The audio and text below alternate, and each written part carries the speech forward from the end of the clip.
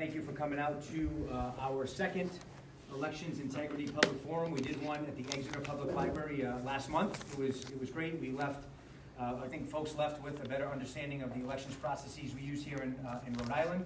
And so we just want to be here today to answer any questions. I'm going to turn it over to the Secretary in just a minute, but before I do that, I just want to acknowledge a few people here that were really helpful in making this happen.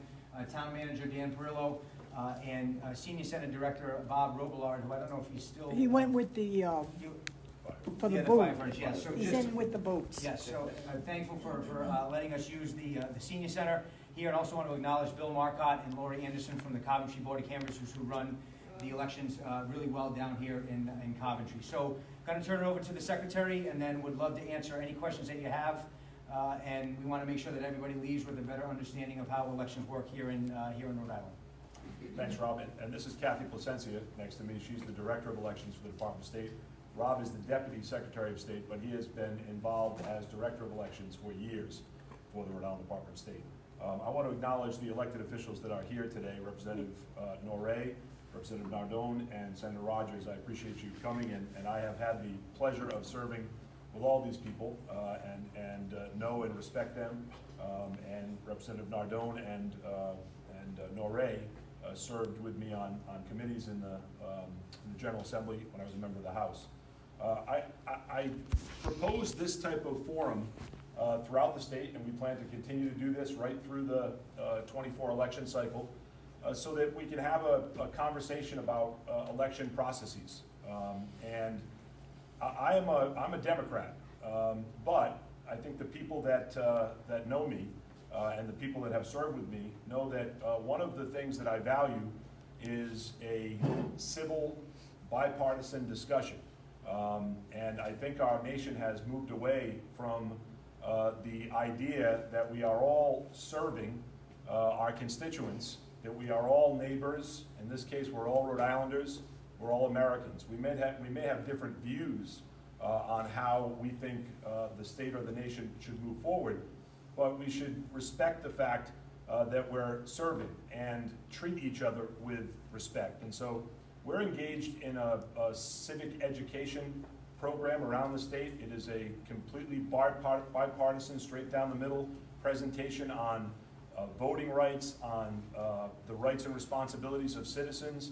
And part of this lesson that we, and so far we've been in about 30 high schools from last March through this year, part of our message is making sure that we treat each other well, that there's a civil discussion, and that we don't dismiss people's ideas or questions.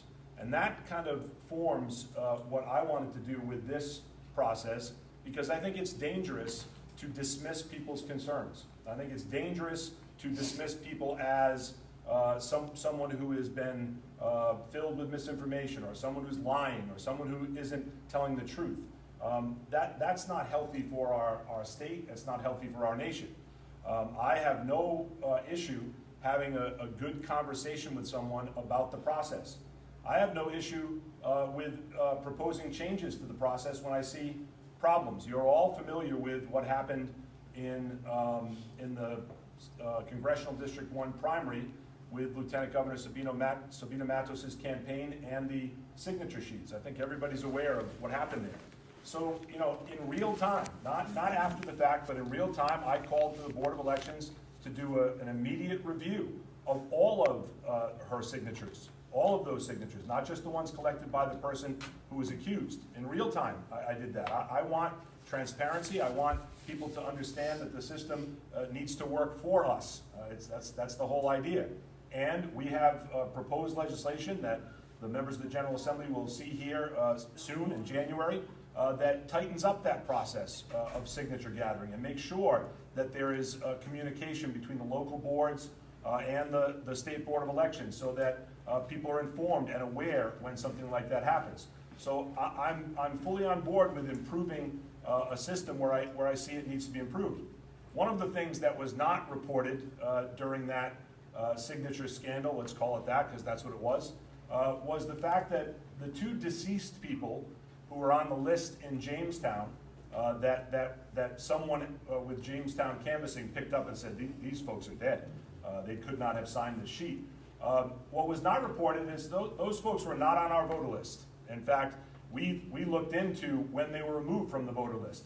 And they were removed from the voter list within a year of their deaths. And in one case, quicker than that. So those folks had been deceased for over a decade. They were not on our voter list. That was not reported. And I'm here to report that because that's important. They would not have been counted either way. Now, the forgery charge is a separate charge, but they would not have been counted. And had that occurred in the case of requesting a mail ballot, they would have been denied that request because they were not on our system. And Rob will get into a little bit of how we do the cross-checking to make sure the voter registration list is up to date and continually up to date. And we continue to work on that. I guess one of the first headlines that came out of our office when I took over was 60,000 plus people being removed from the voter list in Rhode Island. And that's based on a process that occurred where, and you know this from the 2020 election, where every registered Rhode Island voter was sent a mail ballot application.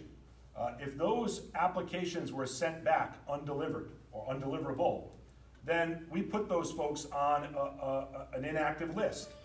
Once you go through 2 federal elections, this is federal law, you can pull those people off that inactive list, and that's what we did. And we continue to do that on a daily basis when we receive information about someone either moving, passing away, changing address. Those are updated, and the folks here in canvassing know how that works on the local level. The other kind of 30,000 foot thing that I'd like to talk about is the way America runs its elections. And it's different in every state. And in some cases, in large states, it's different in every county. But what is consistent is that there is not a centralized voting situation in this country. There's not one entity that, in any state, there's not one entity that centrally runs an election. That's just not how we do it in America.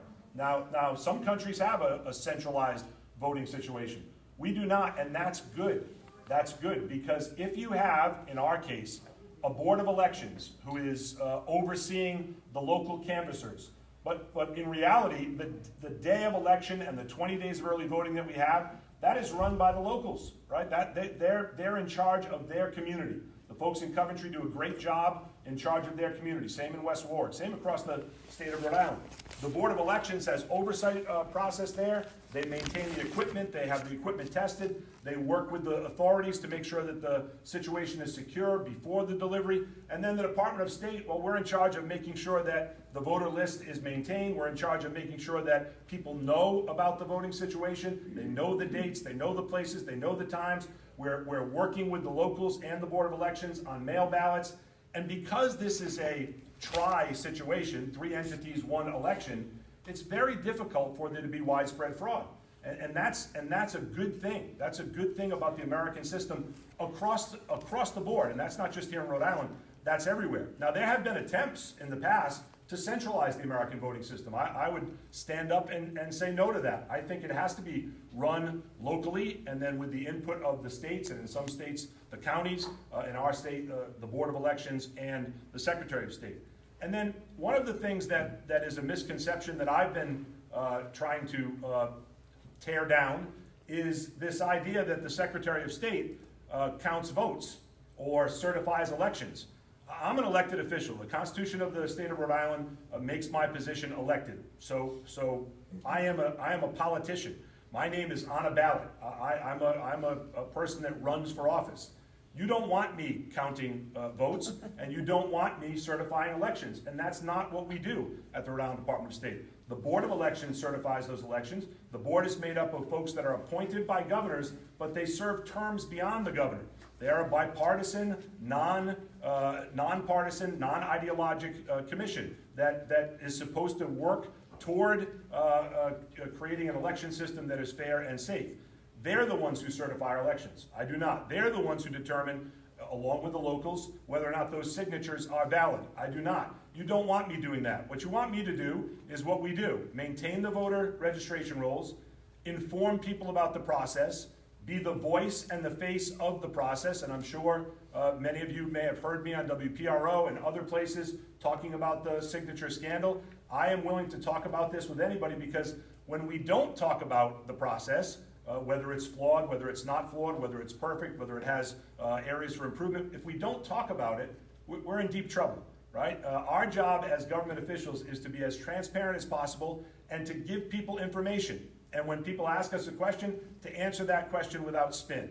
And that's what we've tried to do in our 10 months in this office. And I can tell you that, you know, Rob Rock is one of the most respected elections officials in the country, and it's because he is a straight shooter. It's the law, and we follow the law no matter what the law is. We can debate voting policy and elections policy. That's for the General Assembly to do, right? That's their job. What we're trying to do here in this forum is talk about the system in place now, and the processes, and any questions about that system, or anything you may have heard about that system that you have a question about, or your own experience within that system, and what that's like, or what you've read and have questions about. That's what we're here to discuss, and we'll take questions for as long as you have questions. And I'm willing to have those conversations, and if there's an idea that comes to us through these forums, and we received a few ideas in Exeter, and we continue to do that. We were in East Providence yesterday at Winslow Gardens, similar conversation. We'll take those ideas, look at them, see how they fit. Senator Raptakis came a little late, so I didn't get to introduce him, but one of the bills that he has promoted is that we have a situation right now where in the primary elections, you have to declare as either a Republican or a Democrat to vote in those elections if you're not already declared. But an unaffiliated voter, and that's, by the way, almost 50% of our voters are unaffiliated. An unaffiliated voter has to declare as a Democrat or Republican, go in there and vote, and then disaffiliate right away. But what happens is many people forget to do that. They don't do that. And the next election cycle rolls around, they want to go vote in a primary, and they're told they can't because they're registered as a Democrat, and they want to vote in the Republican primary. So Senator Raptakis and I have worked together to end that system, to make sure that if you're an unaffiliated voter, you'll go into the party of your choice, the primary of your choice, you'll make your vote, and you will remain unaffiliated after the fact. There will be no need to join a party to make that vote. There'll be no need to do any paperwork after the vote. It will happen automatically. And we think that'll encourage more people to vote, right? People are unaffiliated for a reason. They're unaffiliated because they're not happy with either the Democrats or the Republicans. They don't think of themselves as Democrat or Republican. They think of themselves as an independent-minded person. And they really don't want to be associated with either party when they cast a vote, because that makes them, at least for a small period of time, a Democrat or Republican. We think that this bill, which passed the House but not the Senate last year, will go a long way to easing people's concerns in that regard, and will encourage more people to vote in primaries.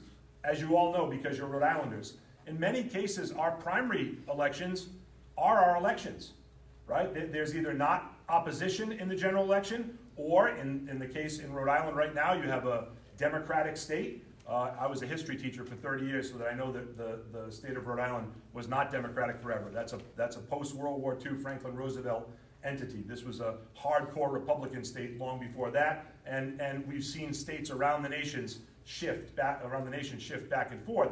But the bottom line is, in many states that have a heavy majority, whether it be Rhode Island democratically or Arkansas Republican, the primaries are really important, and we want people to be engaged in them, and that's why I thank Senator Raptakis for putting that bill forward, and we're going to fight as hard as we can to make sure that becomes the law to open the process up for Rhode Island voters. So that's kind of a overview of what we try to do.